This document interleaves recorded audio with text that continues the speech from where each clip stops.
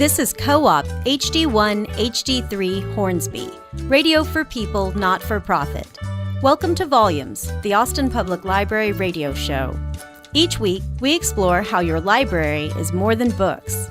The library is knowledge, technology, and inspiration for our community. Hello there. Welcome. Today, I'm your host, Kanya Lyons, and I'm Mike Wheat. We got Mike Wheat in the house also, and we're going to talk about freedom of information and nerds and all things nerdy with Monica Jones, who is a youth librarian at the Hampton Branch at Oak Hill, and Lewis Weil, who is the co-boss of Nerd Nite-Austin. I really wanted to say that wrong, but I did say it right? You said it right, yeah. Awesome. Welcome, you guys. Thanks for being here. We're so Hi, glad. guys. I just like to point out, whenever I see Monica Jones, in my head, every time her name comes across sounding just like Particle Man, Particle Man. You are not alone in that. I think I sang that song to her Monica before. Well, and then you called me Monica Jones. Monica Jones. My I love that. Superhero name. Yeah. You want to know my gamer name? What's your gamer name? Oh, man. My gamer name is Slim Trillion. Oh, I I think I know you. Now you know more about me than most people. Slim Trillion. Killing them by the billion. was a I want the story teenager. of that later.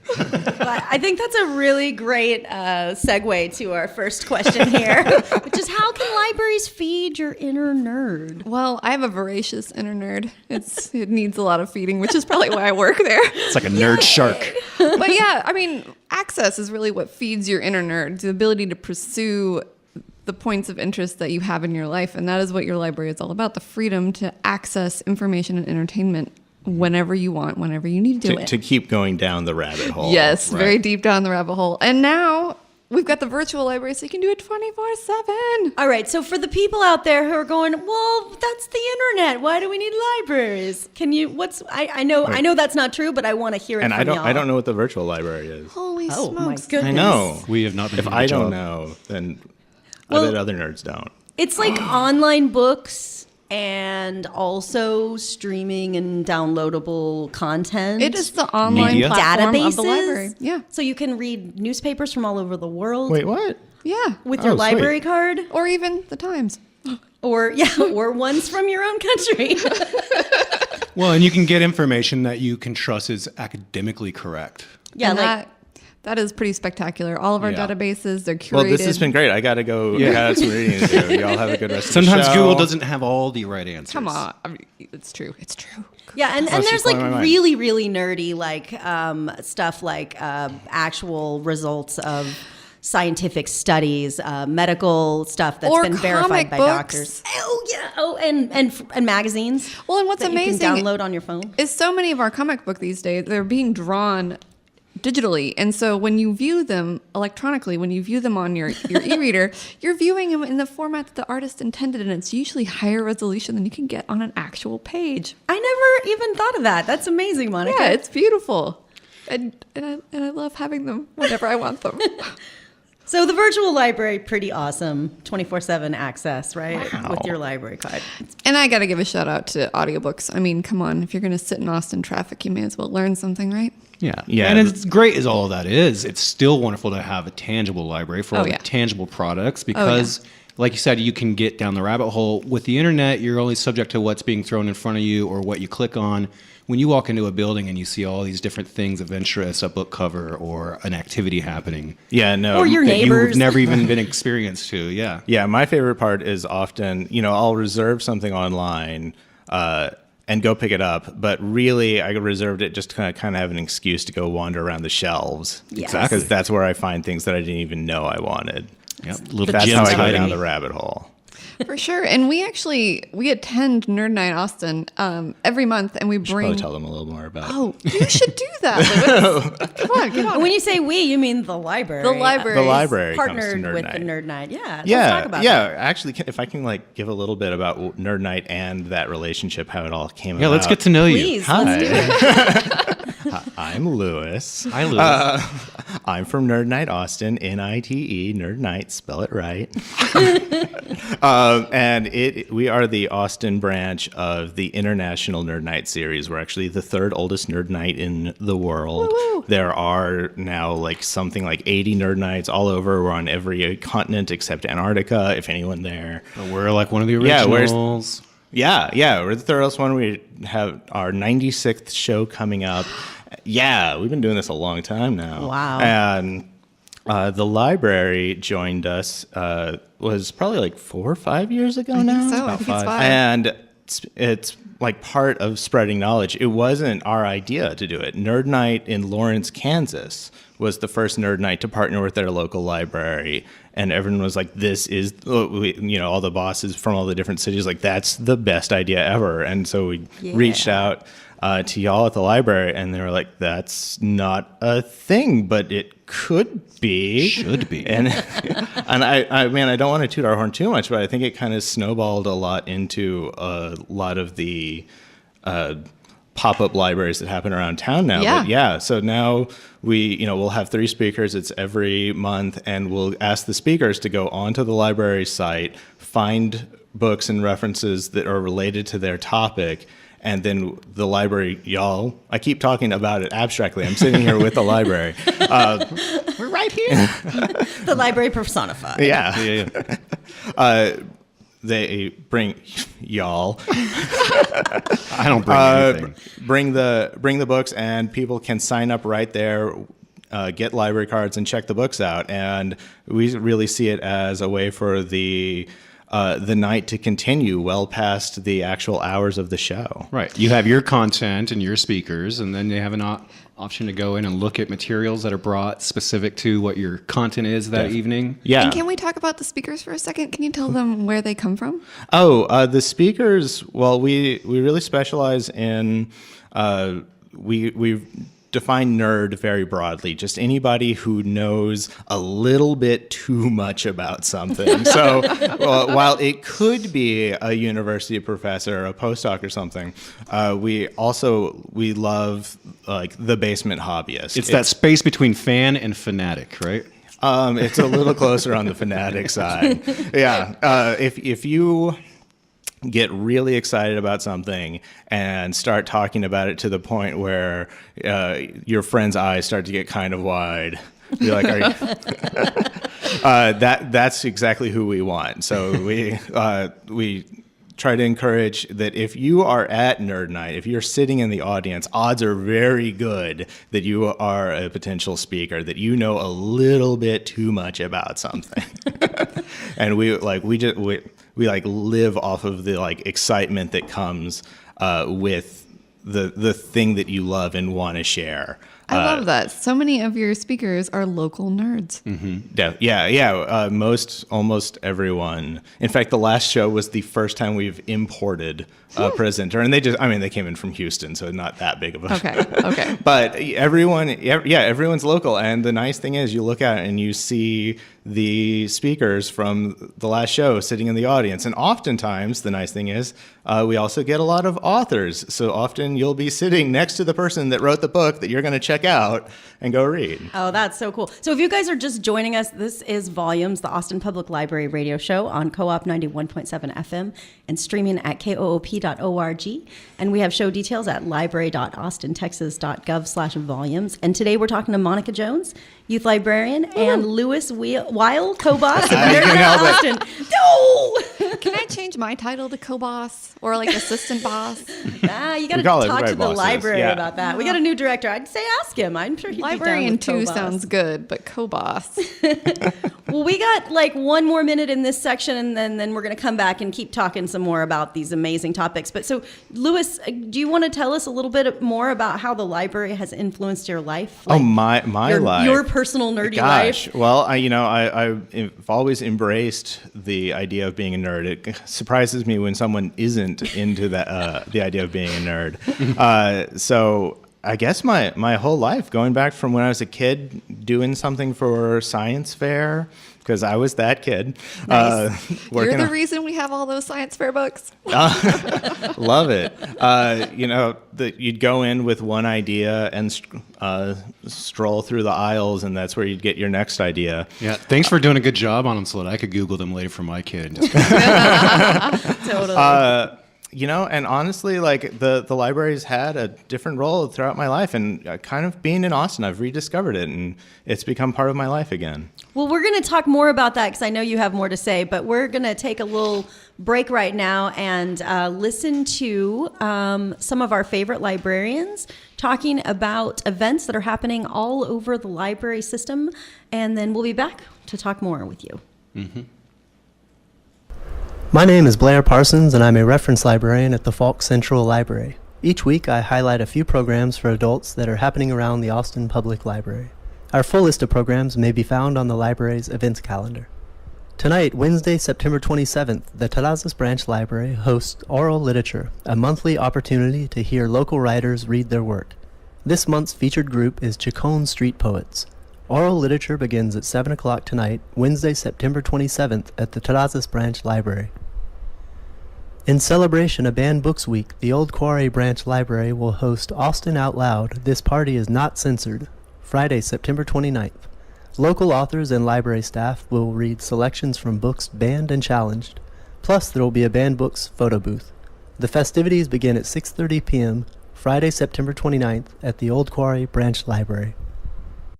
Hey there, Austin. Teen Program Specialist Michael Harley from the Downtown Phelps Central Library here. Looking for some arts and crafts fun? We're so happy that the So Happy program has returned. Patrons can learn to create a little felt friend at this hands-on event, where all materials and equipment will be provided. This week, the main craft is felt dinosaurs. Sharp sewing needles will be in use, so this program is recommended for ages 10 and up. So Happy will be stitching together at the Manchac Road branch on Tuesday, October 3rd at 5 p.m.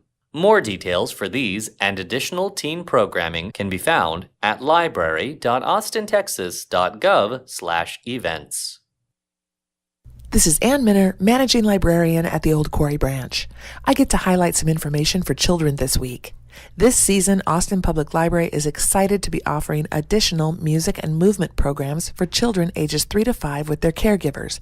Not only is it lots of fun for kids to stretch, sing, dance, and explore music with rhythm instruments, but music helps with early literacy by slowing down words and breaking them into syllables. This singing dancing program is sure to get everyone moving. Music and movement is being presented weekly this season on Thursdays at the Hampton Branch at 11 a.m. And the Manchac Branch, the Oak Hill Branch, and the Pleasant Hill Branch will be hosting the program once a month. Details about the music and movement programs for children are at library.austintexas.gov/events.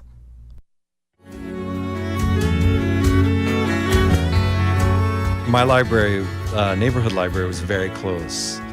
So I remember in the summertime going to the library and checking out record. That was the coolest thing, that I could go and just check out a record because it looked amazing. I think one of the first records that I checked out, which totally blew my mind, was like was a Miles Davis record. And, from then on, I just kept checking out more and more jazz. And I mean, I was like in 6th grade.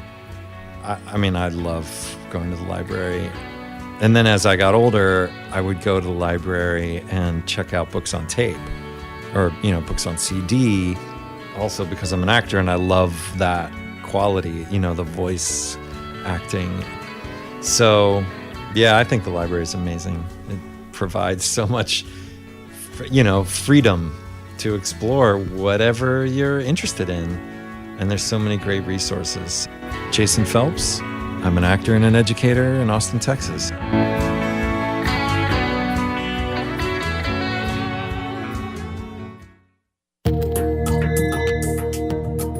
Is your nonprofit a co-op community council community organization member? Membership comes with no obligations and many benefits, including co-op membership and voting rights. public service announcements, and being able to have your events posted on the Community Council events calendar. Contact Community Council at kop.org for more information.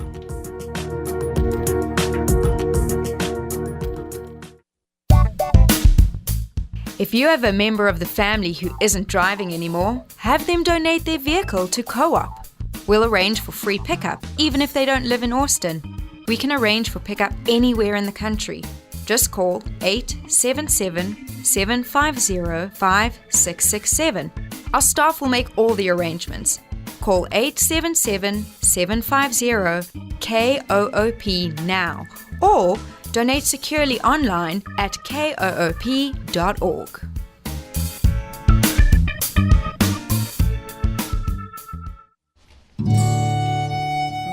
You're listening to Volumes, the Austin Public Library radio show on Co-op 91.7 FM and koop.org.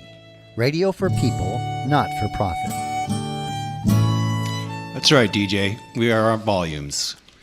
And welcome back. Speaking of exciting events, the Austin Public Library has a pretty big announcement. You know, the new Central Library at 710 West Cesar Chavez Street will be opening Saturday, October 28th, 1 to 6 p.m. Details about the new Central Library are online at library.austintexas.gov/central.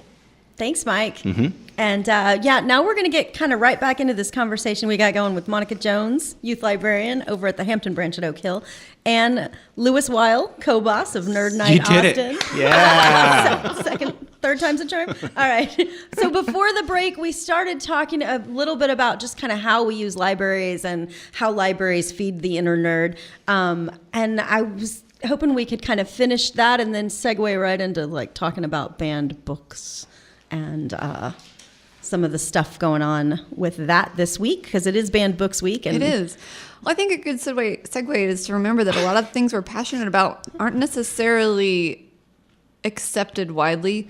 And some of the most interesting advancements we've had have been controversial, and sometimes that leads to censorship. And that's kind of where Banned Book Week comes from. Yeah, and if you look at today in our modern atmosphere, I mean, there's some censorship trying to happen on some freedom of speech. But nobody's burning books, so what's the deal? Oh, they still wood chip books. There's still censorship everywhere. I think what's really important to know about public libraries in general, there's an organization called ALA, the American Library Association, and they have been looking out for the rights of readers for a very long time. Back in June of 1939, they ratified and passed the Library Bill of Rights. And this is the rights of the user to have access to information without judgment and without censorship. It is not the job of the librarian to try and control the information or judge people on what they are interested in or what they want to read about. It is our job to provide free and open access. And that's really important because sometimes what you're reading about, sometimes what you're interested in, you want to access without people influencing your opinion about it. And that's what this week is about. A lot of it centers on literature, or in this day and age, it's not just literature, but ideas and stories that are controversial. Yeah, and some of the classics of today are books that were banned at one time. So, I mean, we do know that things change and opinions and about them change. Well, even modern classics, Harry Potter is still the #1 banned book. Wait, I know. Yeah, Harry Potter.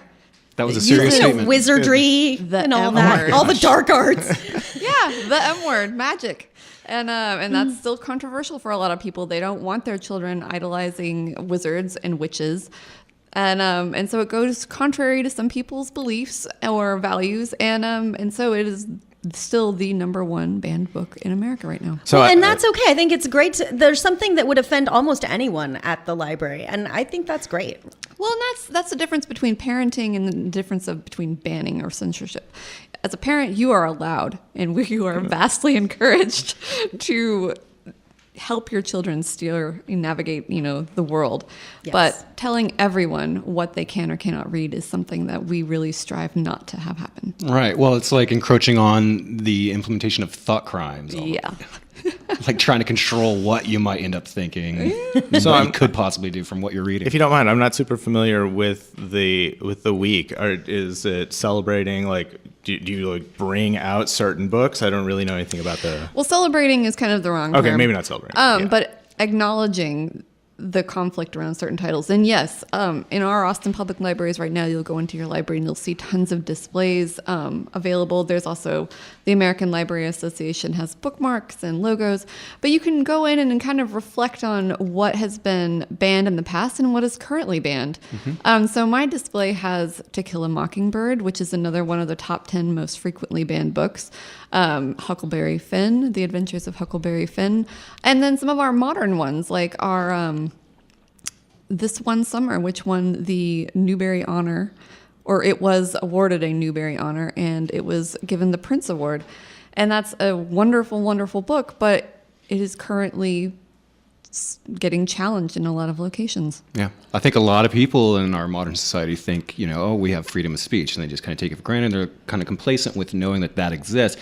They don't really get to see and recognize how often speech is being contested and challenged. Yeah, in the Austin Public Library, we have a process for challenging materials. I don't know that we've ever banned a book, but we do occasionally recatalog it. So we may bump it up a level, like take it from children's to teen or teen to adult. And there is a process for that. So if an individual is concerned, they can bring that up to the library director, and they do get a letter from the director. I remember one being contested. It was an adult movie star had put out a biography, and it was in... Are you talking about Gemma Jameson? Yeah, I think it was hers. That one is another book that comes up a lot. And even like Hunger Games has been contested. I mean, like pretty much almost any young adult novel that's popular these days has been contested somewhere by some parent who thought it was inappropriate for their kid or something. That is true. And to shine a light on libraries once again, when you look at who bans books, we think religious organizations, we think overzealous people, but honestly, librarians are still responsible for something like 8% of censorship, and so that's something that our profession needs to really be aware of and work against our own internal biases and make sure that when we provide information and materials that we take ourselves out of it, because it's not about us, it's about our users. Absolutely. Right. And our opinions should not have any bearing on the information that we present. And it doesn't at the Austin Public Library. Yeah, we're very conscious of it. Y'all do a great job. I just want to say Thank you very much. the librarians are the coolest people I know. And we celebrate banned books as a way of calling attention to the fact that we believe in freedom of information. And I'm repeating what you've already said, but I just wanted to make sure that was clear to everybody. It's a point that could be emphasized again. I'd forgotten this. I actually, in middle school, we were in the middle of reading a book, and they came and took all the books away from us, and that just made me want to read it all the more. They came and took the books away? Yeah, they actually took the books away. Well, like she said, I mean, you've got a lot of these banned books that have become classics, so it's obvious they're being taken away because they're afraid of the power of information that's within these volumes. Do you remember the book? I not off the top of my head. I would need to find it. Yeah. Well, I did that for my mother-daughter book club. We read A Wrinkle in Time, which we think about now. I mean, it's one of the most important science fiction titles out there. It's got one of the first female protagonists in science fiction ever. And it was banned across the country for a very, very long time. Really? Can you remember the strongest reason? I can't think of a reason. Yeah, it was actually really conflicting because some people said it was too religious and some people said it was anti-religion because they do quote the Bible in that book. And then they also compare Jesus Christ to Shakespeare, which didn't set well with some people. And someone said it promoted demon possession because Charles Wallace, one of the young characters, is taken over by this darkness. And the happy medium looks into a crystal ball, and so obviously she's a witch and is so there's a terrible magic. person. Yeah. Wow. Not enough religion, too much religion. Yes. You just can't please everybody. I love that. Not enough and too much. Well, I don't know if you know this, Monica, but we actually have a Bibliocommons book list of all of the books that are recommended by people that come on this radio program. And so maybe you can help me later put some of these banned books in this recommended list that we have. I would be proud to. Yeah, I think we should share that with some folks. And if you have any contributions. Yeah, Lewis, I'm going to find that just- book. yeah, I want you're to gonna read think it about again. For sure. Find my middle school teacher. Let her know she couldn't stop me. Since we're talking about books in the library, what are y'all's favorite library materials? Like, let's just say in the last few months, what has your bookshelf looked like? What have you checked out from the library? I owe some gratitude to the library for getting me back and forth from Marfa a couple times, getting some books on audio through the Hoopla app. Has made like an 8-hour drive? Yeah. I learned all about arowana dragonfish, which I am super nerdy about. So thank you for being my company on my way back. Amy Mullen, the virtual librarian at Austin Public, she actually helped me look up to find what is our longest audiobook. We've got Gravity's Rainbow, and it is our longest audiobook right now. Yeah. How many Marfa trips would that get you? That will get you, I think, 2.5 Marfa trips. Wow. And I've been trying to learn German, so I got some CDs because I got an old car and it has a CD player in it. And I've been learning German while I drive around town. It's so exciting. I would say awesome in German, but I don't know how to say it. So what's your latest item, Monica? Oh man, I've been reading, because I'm a youth librarian, I try to keep abreast of all the kids these days, which means I read a lot of youth fiction and you don't have to qualify that. You're allowed to read those books. Yeah. I read them anyway. I mean, I would. Freedom, intellectual freedom. You can read whatever you want. No we don't judgment. judge, remember? But I've actually been starting to kind of preview the authors for the Texas Book Festival, and I'm starting to kind of gather them up because I want to go hear them talk. And then, of course, I collect cookbooks, which my husband laughs at me at because I never really make anything, but I love to look at them. And they make me so hungry. Yeah. All the time. That's like people watching cooking shows and then going out to eat. It's the same. It's the same kind of thing. I know. But yeah, that's what I've been loving lately. Cookbooks. Nice. Yeah. What about you, Mike? You got any library materials that you checked out recently? I've been listening to the new War on Drugs album a lot lately. Man. Nice. Whoa. And that's because of he has a show coming up, and I'm not sure if he's going to play old stuff or the new stuff, so I thought I'd gotta be ready. You gotta be ready to dance. Yeah. Dance to War on Drugs. It's kind of like an 80s shimmy. My Fitbit likes to tell me when I dance that I'm riding a stationary bicycle, so you're doing better than me. Yeah. Well, we're getting close to the end. Is there anything that you guys wanted to add about Nerd Night or about freedom of information? The library gets the biggest applause whenever we do the intro. Really? Yeah. And it's fun to be applauded.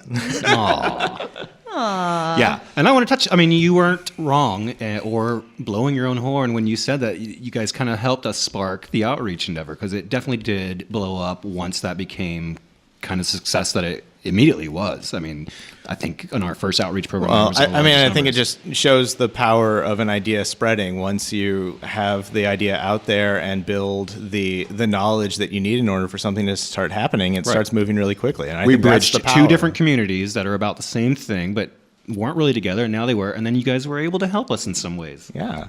And y'all help us in every way, every time. We really appreciate y'all. Well, we have the best time getting outside of the walls of our buildings and getting to go meet other nerdy people in Austin. And it's such a privilege.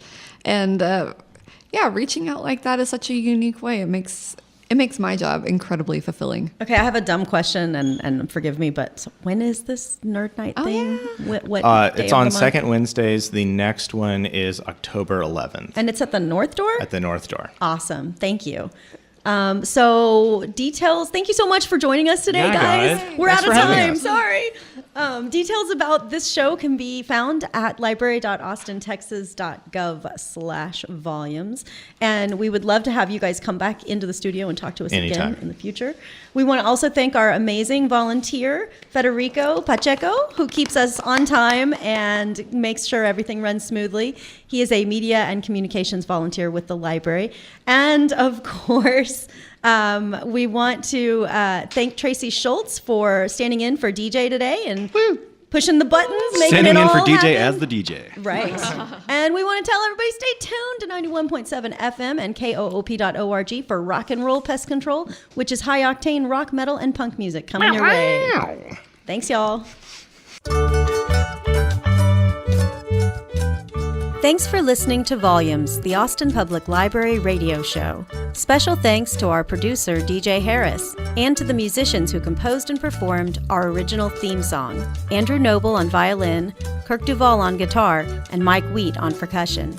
And thanks to you, our listeners. Volumes, the Austin Public Library radio show, airs Wednesday afternoons at 2:30 on Co-op 91.7 FM and koop.org. If you catch us mid-show, full episodes and other details can be found at library.austintexas.gov/volumes.